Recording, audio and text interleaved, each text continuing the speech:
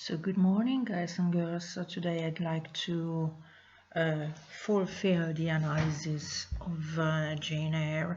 Then, as I wrote you in the message, in the registro elettronico, we are going to read the last excerpt from Jane Eyre just on Wednesday, right, during our live lesson.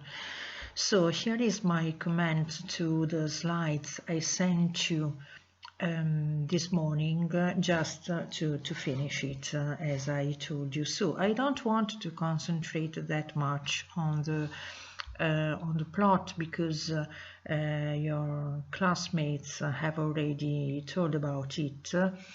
I just want to concentrate on the characters and on the novelty of this novel, and also a little bit about the style, which is also pretty interesting. Always keeping in mind that the Bronte sisters didn't have a very adventurous life, so what they wrote about was mostly based on their imagination and their abilities in writing. That's why they are so interesting as literary personalities. And also, I just wanted to underline once more that being female writers is also a novelty for this century, and it is really something really very modern related to the English literature. So something that we cannot find in any other literature history in other countries in Europe, because we do have some female authors that write in the end of the 19th century, so it is really something peculiar related to the situation in England. Okay, so I think you can read it and write down everything related to it. And okay, this is this was the plot. So it's really a groundbreaking character.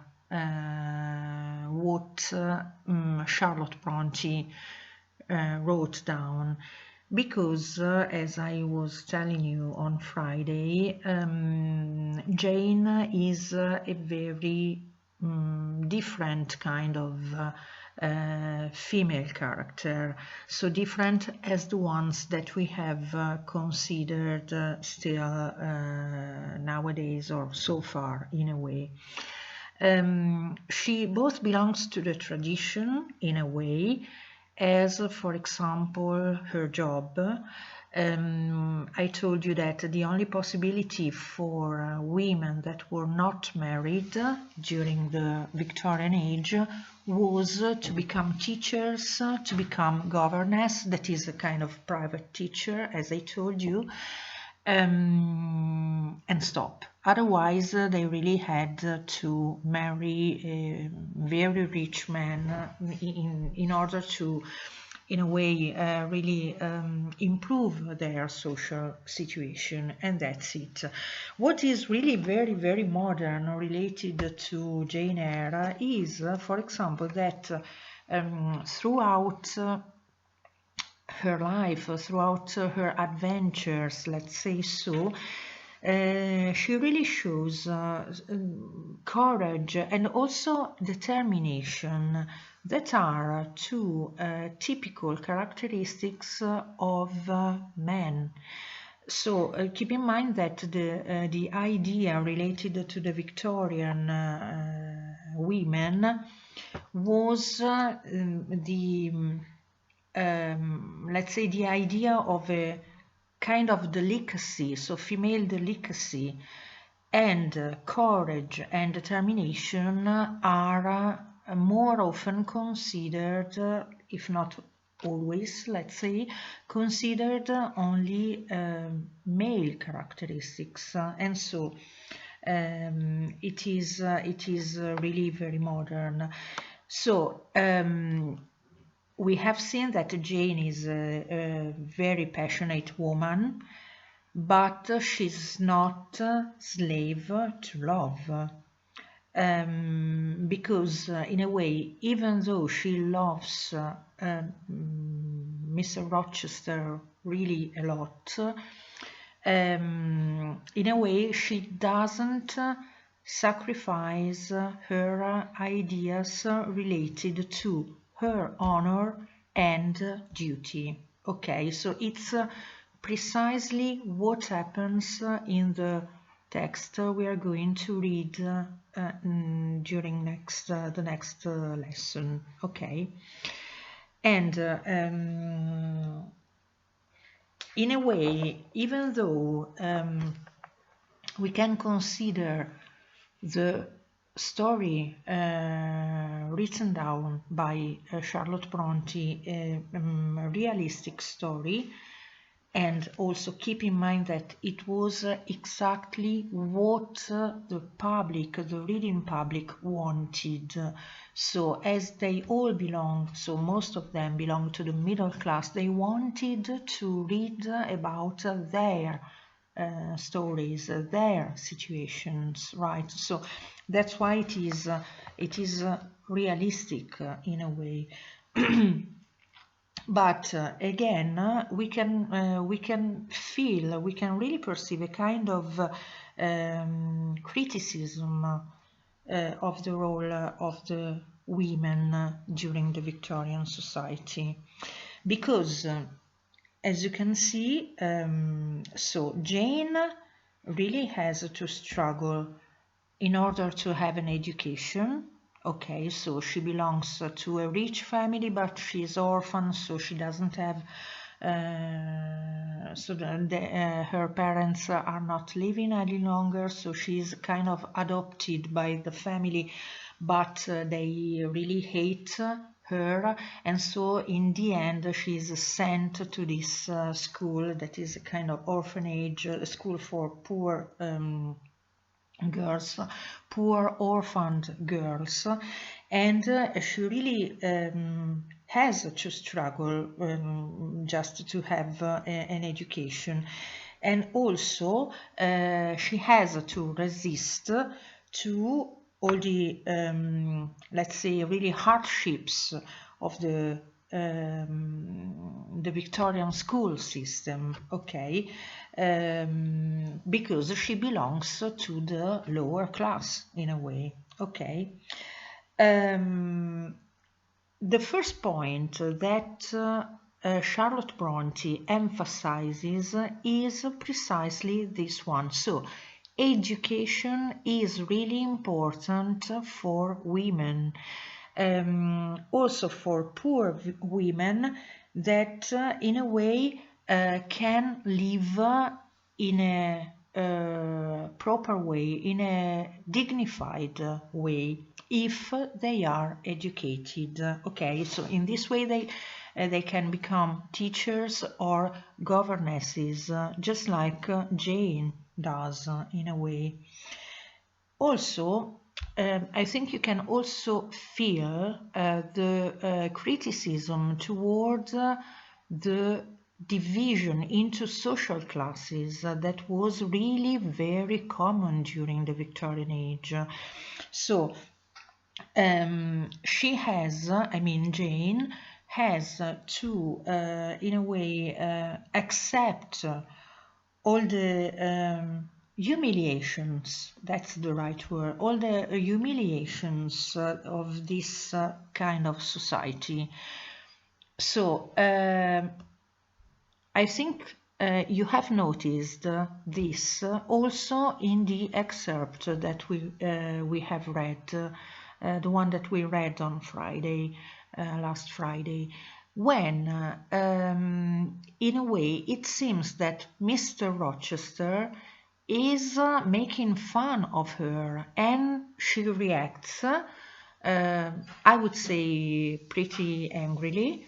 saying that he doesn't have the right to mistreat her just because she's plain, she's not beautiful, and she's poor. So she really deserves respect, even though she belongs to the lower class. Okay, and this is really very modern and outbreaking in a way. Okay. The other criticism that we can get from the novels, from the lines that Charlotte Bronte wrote, is that there is really an underlining of the importance of the independence of women. So what we get, what we understand from the reading of Jane Eyre is that she's a very independent woman, that she wants to live just getting her money. So she wants to be independent and she wants to get a living from what she does. This is really very important, and this is really very modern in a way. Okay. So through this character, we can understand that Charlotte Bronte, in a way, challenges the Victorian prejudices against women, and that's why we can consider this this novel and the author of this novel a kind of proto-feminist, right? Just because of that. And also, it is important to keep in mind that, as I told you, Jane is really a very complex, round character, because she develops. So that's why we can consider Jane Eyre a Bildungsroman, as I told you, so using the German word. She progresses in a way. She always goes ahead, right? Because she improves in her personality, and it is, as I told you, she is a very complex character, just because in a way she never gives up her honor, and again also let's say her duty, right? So in the text we are going to read, we analyze the situation when Mr. Rochester has asked her to become his wife. She has discovered that Mr. Rochester is already married to another woman that is living, okay? But Mr. Rochester loves Jane so much to ask her to become his mistress, that is, amante. Even though she loves Mr. Rochester very much, she refuses this offer because she wants to go on living in a very honorable way, and she wants to really to do her best, and so to follow also her duty, what she has to do, just respecting the her moral code, right? Her own moral code. This is really important. Okay, so going on with the yes, with the slides.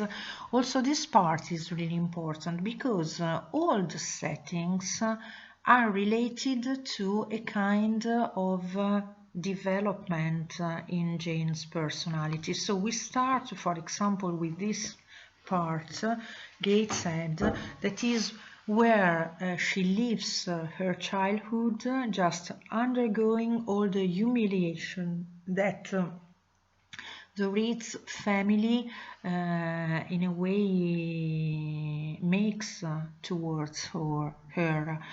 And after that she is sent, she doesn't go there just for following her will.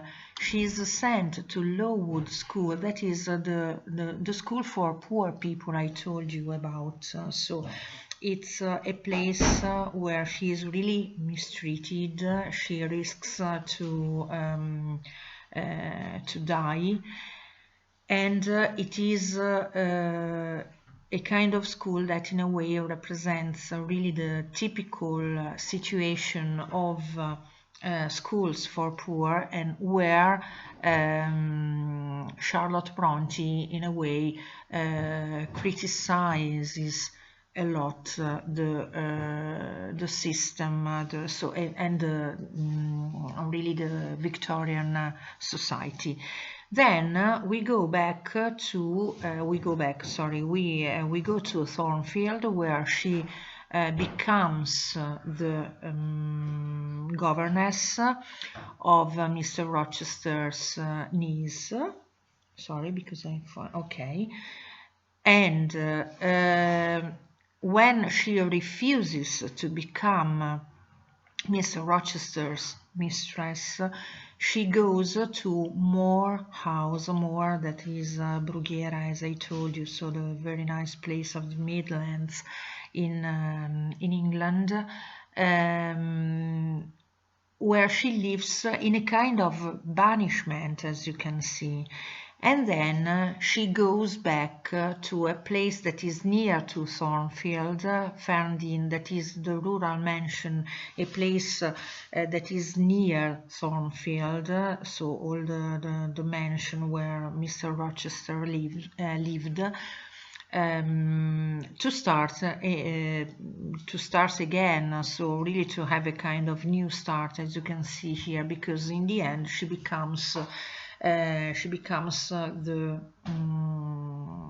legal wife of Mr. Rochester, and she goes back to Reed's home really in the end, because she inherits everything there. Okay, so we have as usual the happy ending that is typical of the writers of the first part of the Victorian age. Okay. As I told you, it's related to the development of every new phase. And then, okay, before talking about Mr. Rochester, I stop the recording because I think otherwise it is really too long. And the second part will follow as soon as possible. Okay, see you later.